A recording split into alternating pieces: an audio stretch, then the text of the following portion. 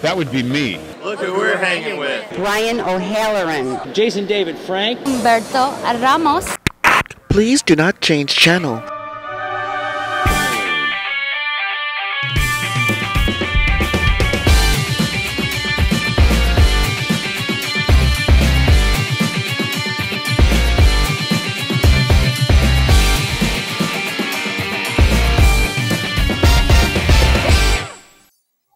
All right, welcome back. Thanks for logging on and tuning in. If you haven't already, hit that like button and subscribe. That way you can keep coming back over and over to hang with us and our wonderfully talented and creative guests in the arts and entertainment world. I'm Allison Murray, and right now we are in Fayetteville, New York, and we're hanging at the Fayetteville Free Library for an author meet and greet hosted by Tainted Moonlight Erin Kelly, and we're hanging with children's author, singer, songwriter, all-around entrepreneur woman, Lisa Cristiano Notar. Thank you so much for hanging with us. Well, thank you, Allison. So, wow, you got a lot. So let's start with your books. Okay. You tell us about your children's series here. Okay, so this is Have You Seen Catherine the Caterpillar? And it's a story about a little garden snail named Sarah looking for her best friend, Catherine the Caterpillar, in this garden called the Melmadear's Garden. You never meet the Melmadears, but the word is in there, their name. And Sarah's looking for Catherine, and so she goes to all these different insect groups. She goes to the bees, and she goes to the ants and the flies, and she's looking for this caterpillar, and she can't find her. And at the end of the book, which I probably shouldn't tell because it's supposed to be a surprise, but she couldn't find her because she's a beautiful monarch butterfly. She turned into a beautiful monarch butterfly. And at the end, it does talk about the monarch migration to Mexico, which is very important and interesting to learn, how these fascinating, small, tiny, tiny butterflies migrate, and it's in their DNA. They know where to go every year, and it's different generations, which is so interesting. And it's colorfully illustrated. I love it. All the characters have their own personalities, and it's just a fun book. It's got alliteration. It's got onomatopoeia. It has, it's kind of a nice book between, say, the one-line picture books to, it's a nice transition to the chapter book. Yes. And it's a good early reader. I've had people purchase it for infants through 7 years old, 7, 8 years old. And it's good for infants because of the primary colors. Yes. Very. So, yes. I love it. So, I didn't want to stop at the book. I said, well, kids don't just like books, they like coloring books. So I decided we had to have a Have You Seen Catherine the Caterpillar and Friends coloring book. And, of course, I thought, well, they have to have stickers. Kids love stickers, right? Yeah. So I had to go with the stickers. So we have stickers. And then I thought, well, let's start turning this into a franchise. So I decided bingo was good. Oh, my God. And I didn't stop there. I thought, well, you know what? Wouldn't it be fun to have them be able to work with a board game? So you learn the book, the child learns the book, or children, and then they can follow the book through a board game. Oh my goodness. And so they're reinforcing their learning, because reinforcing learning is repetition. And I'm trying to find, I also have an audiobook. I thought, the characters need to speak. They want to hear this. So each character has their own, personality. We have Antonio the ant, and it's diverse. Antonio's Spanish. And we have Queen Bee, the bee. We have Sarah the snail, and they all have their own personalities. And then I also decided, since I'm a songwriter, I was hearing these songs in my mind. So now they all sing their own songs as well. Wow. So, yes. So that's the story. And, that is so great. I love it. I thought since we have a great Spanish population in this country, I didn't want to stop at just the English version. So we also have the Spanish translation. Spanish. And we had to also change this to have the alliteration. It's Olivia La Olga instead of Catherine the Caterpillar. But it's all the same because it's the same story. Yes.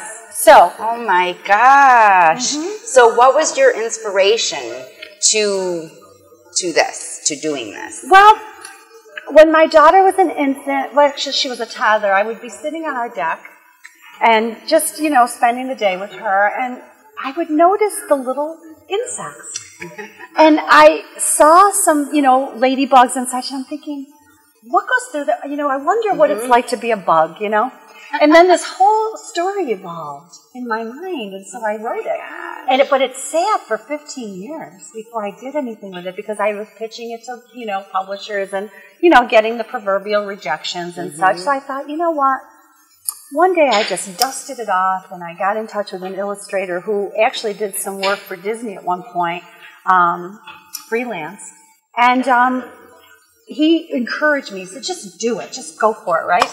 So I did. And in one character at a time, he, let them come to life off that page. It was fascinating. And, we worked together. I'd say, no, that's not quite how I see Sarah. And so she evolved. And I don't know, I had my very strong input in every character. For instance, Little Ling is a favorite of every one of them. Kids have their favorites as I bring them. I do author visits in the classrooms. And Little Ling's got a cute little song. They all have fun songs, but Little Ling especially. When I envisioned her, I really envisioned her with a bow and, the beads. And she's, she's a little Ling. And she sings this cute little song. My name is Little Ling. I'm just a little thing called a ladybug. And the kids love it. We echo that. And the kids sing, and she's a ladybug. And it's just a fun song. So, and that's kind of the way it is. It's a fun way to learn about a very important thing, pollination. The butterfly and the bees, they're becoming so endangered sometimes. Their populations are lessening, and we're working towards changing that. As a matter of fact, SaveTheMonarchs.org, or that organization, is supporting this. They have endorsed the book, and we have done some coloring contests on their website, and they're trying to get their seeds out there so that they can increase the population, So that is great. It's fascinating. Yes. And the bees as well, so I'm glad I have the bees in there too. I know. Queen bee. Wow. And she's sort of haughty, Queen bee. I haven't seen her. We're busy pollinating, Yeah. So, all right. That's the story. So, what did you find was the most difficult part of the process for your artistic part of in it? Was it the writing, the research, the getting it published? Obviously, was not easy. Right. Probably the most difficult part for me, or the most tedious, it was making sure over and over that the grammar was correct, the punctuation, everything. You have to be so precise when you're publishing something. Because if it's flawed, you've lost your image, you've lost your sense of truth. People want, especially these are going in the classroom, teachers want to be sure you are doing things correctly. So in order for me to get it out there, I have to be very, very concise about how I'm presenting it, and that the grammar and everything and the spelling is correct. So I went over and over and over and had multiple people check it out and make sure it was correct. Our daughter is the editor, and she went to Hofstra University and took publishing. So she was a very big help for me. Nice. And it's just been exciting.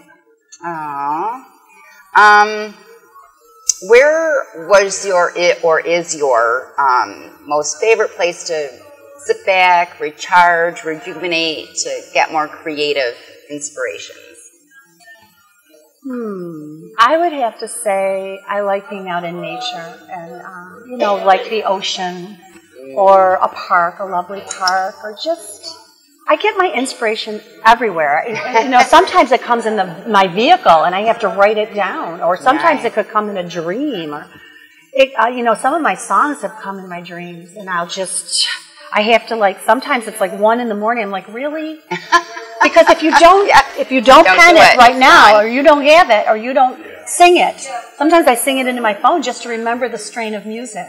Oh, wow. So I'd have to say it comes all the time. I can't specifically. Goodness. I would be on the playground sometimes with our daughter when she was young, And they'd be playing in the park, and I'd say, Jenna, we have to go home. Mommy's getting a song. And my neighbors would say, what does that mean? I said, I have to go now, because if I don't, I'm going to lose it. And then, of course, we return. So something fun like that. Oh, that's cool. It's fun. So, as you said, it was pretty challenging getting it published. Yes, there's a lot of revision and just changes you have to make sure it's right. And then once it's printed, you got to be sure it's correct, too, because that's when you really see if there's any errors. So it's all been good, though. Thank you. Yes. Mm-hmm. So who designed your covers? Boy, it's fantastic. Yeah, they are vibrant. His name is Chris Padovano. He does a lot of work for indie artists. He himself is a writer, and so he has self-published as well. And he's very, very good about making the author feel like they're a part of it and that they have a say as to what the characters look like. Because remember, he's looking at words on a page. Right. So when he envisioned, for instance, Sarah the snail, he would give me 2 or 3 Sarahs to look at. And then I would select one and I would modify it and say, oh, I don't see her that color, I see her this color. And we did that with each and every character until they were just what my vision. So that's what's good. So he took your vision and created. He took my vision, together. Like, he might give me something to look at. Like maybe 1 or 2 characters of the same character, as an example. Like, how about one of these as Antonio? And I'd say, well, I didn't see him like that. I saw him more like this. Yeah. And then he would modify it to my expectation. Beautiful. It was great. It was really an exceptional experience and so Beautiful fun. work. Mm-hmm. Absolutely. Thank you.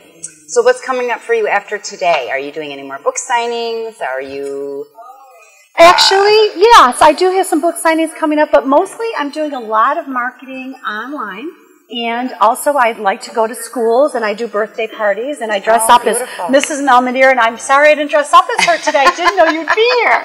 So, I put on a hat, and I'm kind of looking like I'm gardening. Yeah. It's the whole yard garden theme. And I dress up as Mrs. Melmadear, and I go to schools, and I talk to the children, read to them, or now I play the audio book. And so they can hear all the characters come alive, and we project the whole book on this big screen, and it's really fun. And then I sing songs with them after I sing some of the songs. We sing them together, and then I give them coloring pages out of the coloring book. Wow. I leave them with that, and a lot of the parents will purchase, books if they want, or whatever kind. We have so many different products now. It's been a growing thing. Wow, that's fantastic. Yeah. Mm-hmm. Are you working on anything new? I am. I'm working on a little story. It's more of, it's about a bird. I'm not even going to say the bird right now because I don't want to give it away. But it's actually based on truth. It's based on a true story. And it's regional. It's New York State. So I'm working on that. And this one I'm illustrating. I'm trying my hand at illustrating it myself. Nice. And it's a chapter book. It's not a picture book, but it will have a group of pictures, maybe 10 or 11. Oh, just to give the student or the child a chance to see what does this bird look like, Oh, nice. And it's got humor in it. I love humor. And kids love humor. Yeah. So I'm hoping it'll be a blessing. Yeah, all right. And where can people find you and your books? CatherineTheCaterpillar.com. CatherineTheCaterpillar.com. I'm also on Facebook. I'm on Twitter. I'm on Instagram. No, I'm not on Instagram. I take that back. I'm on Pinterest. Okay, yes, Pinterest. And that's a new one. Amazon. I'm on Amazon. So if you go to my website, you will find these products. And I used to have an e-commerce, but I changed it. So now you just link right to Amazon, and the checkout is through there. Okay, beautiful. Do we have time for a game? We like to play games on okay. We're going to play a game. Okay. Let's see. What can we play? Let's play Go Bleep Yourself. Okay. Have you ever played? No. Basically, it's just we pick a card at random, read the card, fill in the bleep. Okay. That's real simple. All right. Nothing to it. Is this a sponsor? No. We just like to play games. I'm the game girl. I love it. Okay, you pick a card. Okay, I'll pick a card. All right. I'll go first. Okay, you go ahead. My Smurf name would be Bleep Smurf. My Smurf name would be Adorable Bubbly Smurf. I love it. That's a good one, right? And she is bubbly, right? Right? I like my Bleep hot and spicy. Ooh. Well, my Bleep's going to be chicken wings. I like my chicken wings hot and spicy. One more, Harry? Oh, wrap it up, he said. Wrap it up. Wrap it up. Well, guys, once again, we've had a blast. And we've had so much fun today hanging with Lisa. I'm Allison Murray, but before we go, we'd like to thank our partners at Krypton Radio out of LA, Famous Faces and Funnies, Off the Chain Radio with Yvonne Mason, Space Coast Comics, the Florida Book News, Wordfire Press, our great friends at Summon Unique Magazine, Asylum Convention Entertainment Services with Heather Reed. These are the folks that share our videos all over the World Wide Web, and we hope you will too. Don't forget to hit that like button, leave a comment, and let us know what you think of today's show and our guest. You can also check our guest links below. Remember to subscribe, log on, and stay tuned to see who we're hanging with next. That was great, Lisa.